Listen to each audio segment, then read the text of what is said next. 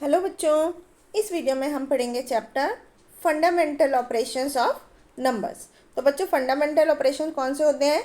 Addition, subtraction, multiplication and division. इनको हम किसी भी नंबर्स के फंडामेंटल ऑपरेशन बोलते हैं। तो सबसे पहले एडिशन और सब्ट्रैक्शन के बारे में पढ़ेंगे। बच्चों, पिछली क्लासेस में आप पढ़ चुके हैं 6 डिजिट तक के नंबर को ऐड करना और सब्ट्रैक्ट करना। अब हम 6 से ज़्यादा डिजिट्स वाले नंबर के एडिशन और सब्ट्रैक्शन को पढ़ेंगे। तो एडिशन के लिए आपको कुछ रूल्स फॉलो करने पड़ते हैं। यदि नंबर कॉलम्स में नहीं दिए गए हैं तो सबसे पहले नंबर्स को उनके हर एक डिजिट की उनकी प्लेस के हिसाब से उन्हें कॉलम में अरेंज करना है। वंस, टेंस, टेंस के नीचे टेंस, 100 के नीचे 100। और बच्चों, दूसरी बात जो ध्यान रखने की होती है वो होता है हमेशा हम वंस की प्लेस से ऐड करना स्टार्ट करते हैं। राइट टू लेफ़्ट हम नंबरिंग स्टार्ट करते हैं। तो इसको और ज़्यादा बेहतर समझने के लिए हम एग्जाम्पल की हेल्प से समझते हैं। सबसे पहले यहाँ पर जो 2 नंबर्स दिए हैं इनको हम लिखते हैं। तो लिखते समय हमें बच्चों ध्यान रखना है, सेकंड नंबर को लिखने में हमें राइट टू लेफ़्ट लिखना है। यानी जैसे सबसे पहले 9 के नीचे 5 लिखेंगे, फिर 4, फिर 3, 2, 8, 6। इस तरह से हम सेकंड नंबर को लिखेंगे वंस के नीचे वंस को मैच करते हुए, और डिजिट के नीचे डिजिट लिखेंगे। फिर हम उनको ऐड करेंगे। सबसे पहले वंस की डिजिट के नंबर से ऐड करेंगे, जैसे 9 + 5 14।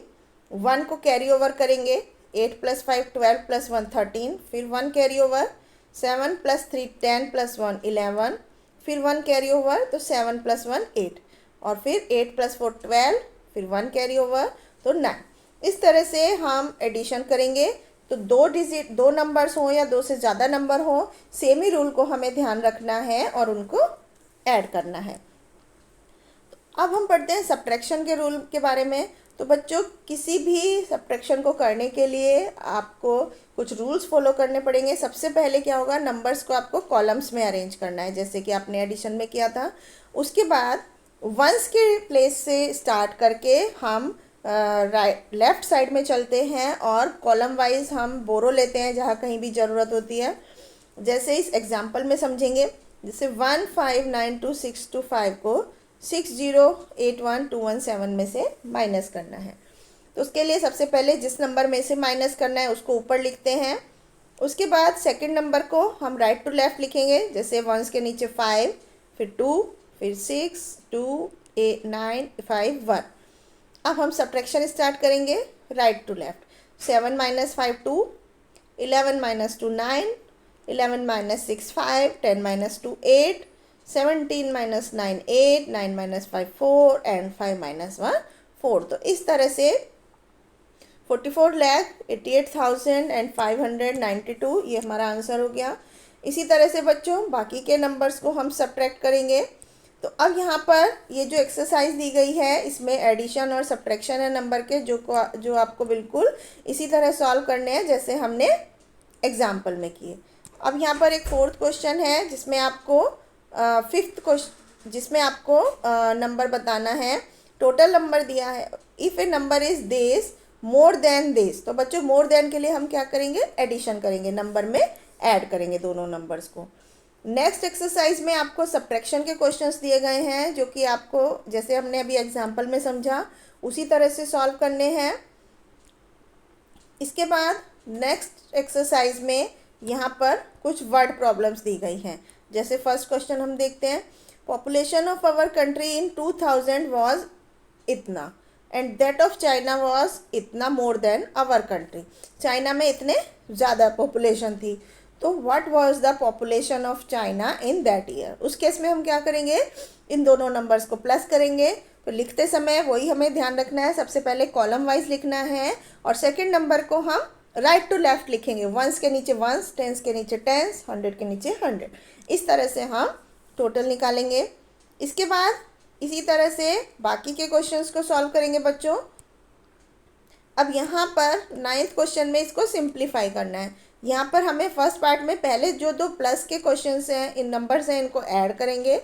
फिर जो उनका सम आएगा उसमें से ये नंबर माइनस करेंगे तो हमें आंसर मिल जाएगा। अब हम पढ़ते हैं मल्टीप्लिकेशन एंड डिवीज़न के बारे में। बच्चों, आपको पता है पिछली क्लासेस में आप पढ़ चुके हैं, यदि हमें एक ही नंबर को बार बार ऐड करना होता है तो हम उसे मल्टीप्लिकेशन करते हैं। तो मल्टीप्लिकेशन की प्रॉपर्टीज़ के बारे में एक बार फिर से नज़र डालते हैं। बच्चों, यदि किसी नंबर को 0 से मल्टीप्लाई किया जाता है तो आंसर 0 आता है। यदि किसी नंबर को 1 से मल्टीप्लाई करेंगे तो प्रोडक्ट जो होगा वो नंबर ही होगा। और तीसरा, 2 या 2 से ज़्यादा नंबर्स को मल्टीप्लाई अगर हम उनके ऑर्डर चेंज करके मल्टीप्लाई करें तो ऑलवेज आंसर जो होगा वो सेम होगा। And fourth, product of a number by the sum of two or more than two number is same as the sum of the product of that number by the two or more than two given number। जैसे कि हम इसको example से समझते हैं। जैसे 54 को 62 plus 92 से मल्टीप्लाई करना है तो हम इसको पहले ऐड कर सकते हैं 68 और 92 को, तो 160 हो गया। तो 54 को 160 से मल्टीप्लाई करेंगे तो 8640 आंसर आया। या इसको हम दूसरे तरीके से करें तो 54 को पहले 68 से मल्टीप्लाई करें, फिर 54 को 92 से, और फिर उन दोनों के प्रोडक्ट को ऐड करेंगे तो भी हमारा आंसर सेम आएगा। अब इसके बाद नेक्स्ट रूल है मल्टीप्लिकेशन बाय 10। यदि हम 10, 20, 30 इससे मल्टीप्लाई करते हैं तो एक ज़ीरो लगाकर हम उसके पहले नंबर से पूरे नंबर को मल्टीप्लाई कर सकते हैं। इसी तरह 100 से मल्टीप्लाई करने पर हम 2 जीरो लगाकर नंबर को मल्टीप्लाई कर सकते हैं, और 1000 से मल्टीप्लाई करने पर 3 जीरो लगाकर हम नंबर को मल्टीप्लाई कर सकते हैं। इसको एग्जांपल की हेल्प से समझते हैं। यहाँ पर 456 को 200 से मल्टीप्लाई करना है तो 2 जीरो, फिर 2 6 जा 12, 2 5 जा 10 और 1 11, तो 2 से हम 456 को मल्टीप्लाई कर देंगे तो 91200, ये हमारा आंसर हो गया। इस तरह से हम मल्टीप्लिकेशन के क्वेश्चन करेंगे।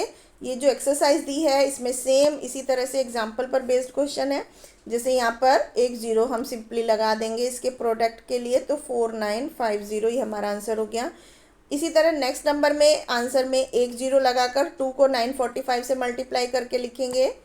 और इसके बाद ये सिंपली मल्टीप्लिकेशन के क्वेश्चन है जिन्हें कॉलम वाइज लिखकर आप इनको कर सकते हैं। अब हम पढ़ेंगे डिवीज़न के बारे में। बच्चों, डिवीज़न जो होता है जस्ट मल्टीप्लिकेशन का अपोजिट होता है। तो आइए कुछ डिवीज़न की प्रॉपर्टीज़ के बारे में पढ़ते हैं। जैसे सबसे पहले यदि कोई नंबर को हम 1 से डिवाइड करते हैं तो क्वोशंट जो होता है वो नंबर खुद होता है, और यदि किसी नंबर को 0 से के अलावा किसी और उसी नंबर से डिवाइड करते हैं तो 1 आंसर आता है। तीसरा, यदि 0 इज़ डिवाइडेड बाय नंबर तो क्वोशंट 0 होगा, और यदि एक नंबर को 0 से डिवाइड कर देंगे तो इसका कुछ भी मतलब नहीं होता। और एक रिलेशन होता है डिविडेंड, क्वोशंट, डिवाइज़र और रिमाइंडर के बीच में। तो dividend equal to quotient plus divide by divisor plus remainder. तो इस तरह से हम अपने आंसर को चेक कर सकते हैं। तो यहाँ पर हम मल्टीप्लाई करके देखते हैं नंबर्स को। पहले हम डिवाइड करेंगे 4/948 को 39 से। तो पहले 39 1 जा 39 माइनस करके 6 आया, फिर इस 9 को यहाँ लिखेंगे तो 39 1 जा 39, फिर 30 आया, फिर नेक्स्ट डिजिट 4 को लिखेंगे उसके नीचे, तो फिर 7 जा 273 चला, फिर 3 1 बचा, 8 को लिखा, फिर 3 1 2, तो 6 रिमाइंडर बच गया। 1178 ये हमारा क्वेश्चन हो गया। अब हम यहाँ पर हमारे क्वेश्चन में डिविडेंड जो है वो 4/948, डिवाइज़र 39, क्वोशंट 1178 और रिमाइंडर 6। अब हम इसको चेक करने के लिए dividend is equal to divisor into quotient plus remainder, इस फॉर्मूले में वैल्यूज़ को पुट करके अपने आंसर को वेरीफाई कर सकते हैं।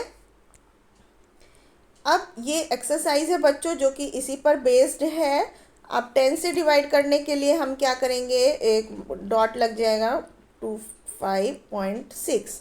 इस तरह से नेक्स्ट क्वेश्चन में क्वोशंट एंड रिमाइंडर आप डिवाइड करके निकाल सकते हैं। तो ये था बच्चों ऑपरेशंस नंबर्स के। आई होप आपको समझ में आया होगा। Thank you.